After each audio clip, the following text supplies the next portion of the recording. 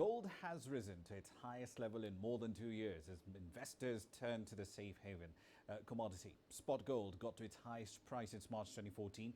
$1,371 is the number you're looking at.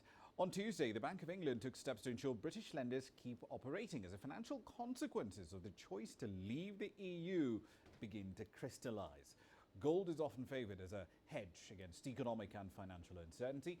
In fact, the bank UBS has raised its gold price forecast for this year through to 2020, saying the bullion had likely entered the early stages of its next bull run. Still with commodities, our reporter Martina Fuchs sat down with the World Gold Council's managing director for China to ask about the outlook for the commodities demand. Since the beginning of the year, the gold price increased nearly 30%, and also in local RMB terms, it increased a little bit more than the US term, and because of the devaluation of the RMB. And I think after the Brexit happens, and the market also reacted very strongly. China joined the global rush for gold after Brexit has boosted demand for safe haven assets. What is the demand situation in the market like right now, and what is your outlook for 2016? Chinese people have a habit to buy more when the gold price is increasing. It definitely reflected. People buy gold for the traditional classic reason for safe haven.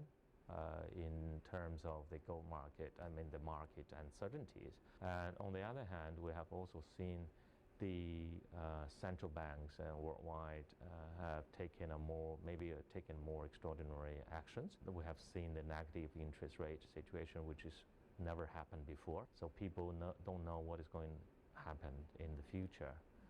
So that's another reason.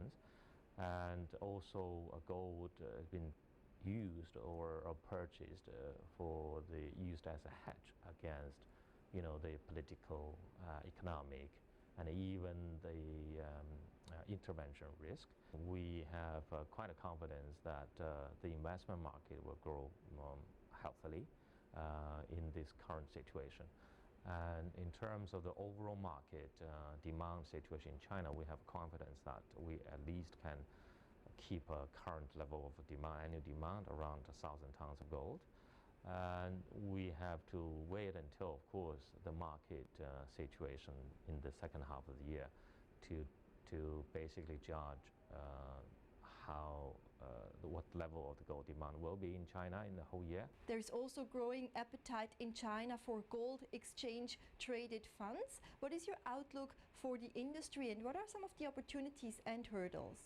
As we know, for instance, the local ETF increased sharply for about nearly 18% month-to-month comparison. And in terms of the global gold ETFs, there are about 74 ETFs, and now the total gold accumulated is over 2,100 tons, and increased more than 100 tons year on year for about, I think it's 4%.